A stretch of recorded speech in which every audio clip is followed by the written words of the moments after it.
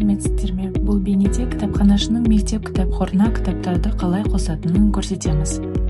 Кіруден кейін жүйенің басты беті ашылады. Қолдау қызметінің номері, тұрақты мекен және интерфейс тілі экранның жоғарғы бөлігінде болады. Енді кітапханашы атынан жүйеге кіріңіз. Негізгі мәзірді ашыңыз. Кітапхана бөліміне өтіп, кітаптар қоры бөлімшесін таңдаңыз.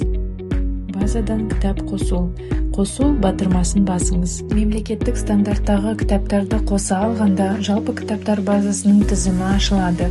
Кітапты мектеп қорына қосу үшін қосу батырмасын басып, даналар санын көрсетіңіз. Кітап қорына қосылады. Қажет болған жағдайда кітаптың көшірмесін жасауға болады. Ол үшін қайталау батырмасын басып, баға немесе басылған жыл сияқты параметрлерді өзгертіп, кітапты қосыңыз. Назар аударыңыз, егер кітапты дәл сол параметрлермен қайта көшіруге тырыссаңыз, жүйе қате туралы хабарлама көрсетеді. Кітапты қолмен қосу. Кітап қоры бөлімінде қосу батырмасын басыңыз. Алдымен кітаптар базасының тізімі ашылады. Қолмен қосу үшін оң жақта орналасқан екінші қосу батырмасын таңдаңыз. Кітап туралы мәліметтерді, басылған жылын, бағасын және басқа да міндетті өрістерді толтырыңыз. Одан кейін сақтау батырмасын басыңыз.